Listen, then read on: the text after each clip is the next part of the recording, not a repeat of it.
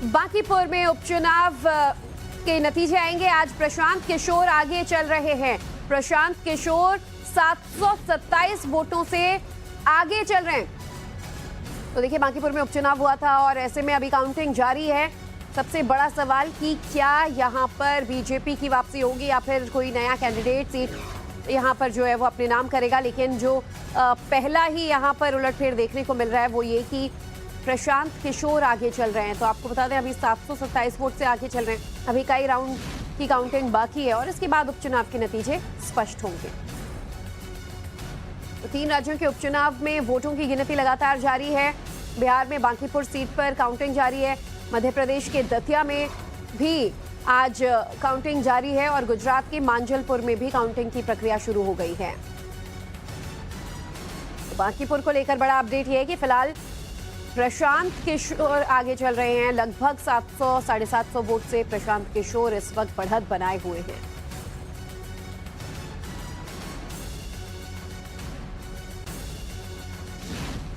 और अगर ऐसा होता है कि ये जो शुरुआती रुझान है, नतीजे हैं, नतीजों में तब्दील होंगे, तो ये जनसुराज के लिए, प्रशांत किशोर के लिए निश्चित तौर पर पहली और बहुत बड़ी जीत होगी। साकेत भी हमारे संवाददाता हमारे साथ जुड़े हुए हैं। साकेत, क्या कुछ अपडेट्स आ रहे हैं? फिलहाल अभी तो काउंटिंग शुरू ही हुई है, कई राउंड की गिनती बाकी होगी।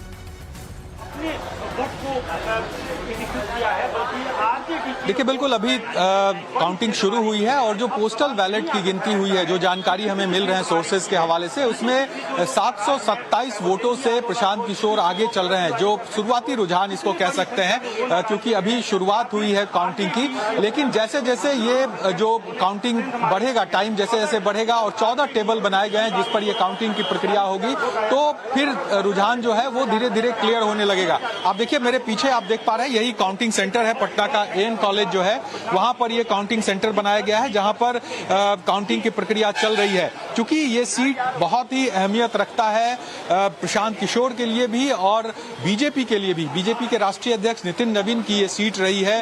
उनके पिताजी यहां से विधायक थे, उसके बाद नितिन नवीन 2 दशक तक यहां पर विधायक रहे और उसके बाद अब ये सीट इसलिए चर्चा में है क्योंकि प्रशांत किशोर यहां से चुनावी मैदान में है। और खास करके प्रशांत किशोर, अगर आप पिछले चुनाव की बात करें, बिहार विधानसभा की जो चुनाव हुआ था, उस दौरान प्रशांत किशोर की पार्टी का जो परफॉर्मेंस था वो सवालों के घेरे में आ गया था। तो ऐसे में अब इस चुनाव में अगर प्रशांत किशोर को जीत नहीं मिलती है तो उनकी पूरी राजनीति हाशिए पर जा सकती है।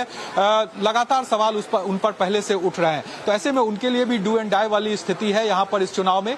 बीजेपी के राष्ट्रीय अध्यक्ष की चूंकि साख इस पर दांव पर लगी है, तो बीजेपी ने भी पूरी जोर लगाई है इस सीट पर जीत के लिए।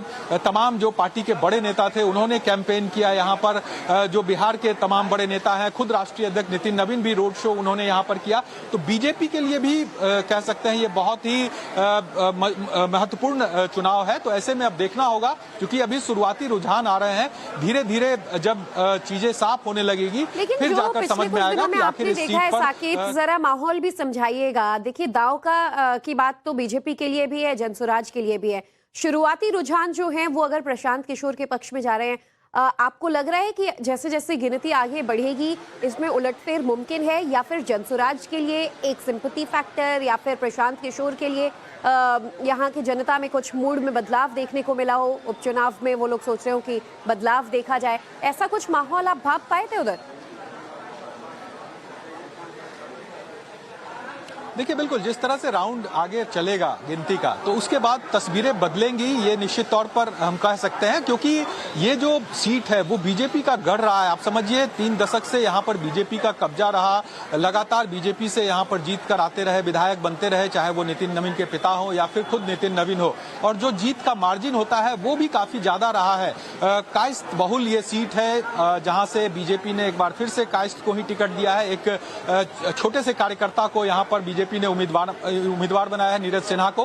तो ऐसे में बीजेपी के तरफ से तमाम समीकरण को यहां पर साधा गया है। लेकिन प्रशांत किशोर की एंट्री ने इस पूरे चुनाव को रोचक बनाया है। जिस तरह से उन्होंने कैंपेन किया, डोर टू डोर जाकर वो लोगों से मिले, लोगों के अंदर एक विश्वास जगाने की कोशिश उन्होंने की। और वोटिंग के दिन भी हमें तस्वीरें दिखी, प्रशांत किशोर के पक्ष में भी लोग वोट कर रहे थे। हालांकि अब चूंकि आज नतीजे का दिन है तो थोड़ा इंतजार जरूर करना होगा, लेकिन निश्चित तौर पर प्रशांत प्रशांत किशोर ने बीजेपी के लिए यहाँ पर मुश्किल खड़ी की है, इससे कहीं से भी इनकार नहीं किया जा सकता। समीकरण के अलावे अगर हम देखें, क्योंकि लोगों ने ये कहा कि लगभग 30 साल से जो शुरुआती रुझान है उसमें दिख भी रहा है, लेकिन बार बार हम यही कह रहे हैं कि ये शुरुआती रुझान है। अभी देखिए दोपहर तक कुछ जाकर फाइनल आंकड़ा है वो सामने आता है कि आखिर किसकी तरफ जीत का आंकड़ा इशारा कर रहे हैं। बने रहेगा साकेत। इस बीच आज देखिए 2 और जगह पर भी उपचुनाव के नतीजे आएंगे।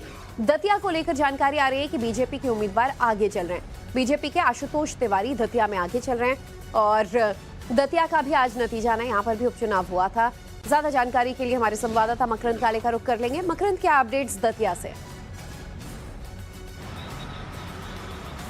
देखिए, दतिया में अभी फिलहाल आशुतोष तिवारी जो बीजेपी के उम्मीदवार हैं वो आगे चल रहे हैं। दतिया का चुनाव बहुत ही रोचक मोड़ ले चुका है, क्योंकि कल देर रात दतिया से पूर्व विधायक जिनके हटने की वजह से, जिन पर केस होने की वजह से उपचुनाव हो रहा है, राजेंद्र भारती, उन्हें अचानक से कांग्रेस ने निष्कासित कर दिया।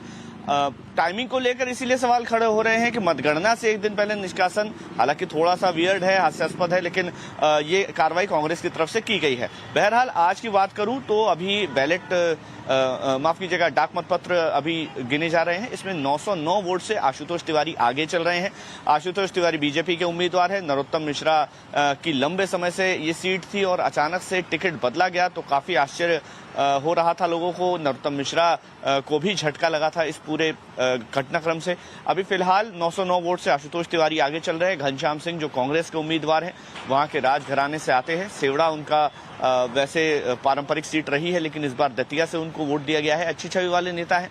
कयास जो राजनीतिक जानकार जो हैं वो ये मान के चल रहे थे कि कांग्रेस को एक कदम आगे रहेगी, क्योंकि नरोत्तम मिश्रा वहां के बहुत पुराने नेता थे और लोगों के बीच काफी सम्मानित थे। तो हो सकता है कि इसका डैमेज जो है वो भाजपा को देखना पड़े, लेकिन अमूमन देखा गया है कि भाजपा का वोटर अपना वोट बदलता नहीं है। नरोत्तम मिश्रा के जाने से कितना फर्क पड़ता है ये देखना होगा। नरोत्तम मिश्रा एक सभा में रो भी पड़े थे, उसका भी काफी इम्पैक्ट आम लोगों पे देखा गया था, लोगों की प्रतिक्रिया आई थी। लेकिन अभी फिलहाल जो कयास लगाए जा रहे हैं वो कांग्रेस के पक्ष के हैं। जो नतीजे हमें दिख रहे हैं, जो डाक मतपत्रों के हैं, उसमें बीजेपी आगे चल रही है। तो मुकाबला काफी रोचक है और आगे जैसे जैसे दिन आगे बढ़ता जाएगा वैसे वैसे बात है। बीजेपी कांग्रेस आप नजर बनाए रखिएगा मकरंद, जैसे जैसे दिन आगे बढ़ेगा काउंटिंग होगी, हम अपडेट्स आपसे लेंगे। धन्यवाद पूरी जानकारी के लिए। इधर मांझलपुर उपचुनाव को लेकर भी जो बड़ी जानकारी आ रही है, बीजेपी प्रत्याशी सतीश पटेल मांझलपुर से आगे चल रहे हैं। तो आज दतिया के अलावा एक और सीट जहां से आपको बता दें उपचुनाव हो रहा है वो है मांझलपुर। मांझलपुर उपचुनाव में बीजेपी प्रत्याशी सतीश पटेल ने बढ़त बनाई हुई है, लेकिन अभी जो काउंटिंग है वो पोस्टल बैलेट की हो रही है। तो ऐसे में इसके बाद बाकी जब काउंटिंग शुरू होगी तो ऐसे में नतीजे जो हैं वो स्पष्ट तौर पर दोपहर तक सामने आने की बात कही जा रही है।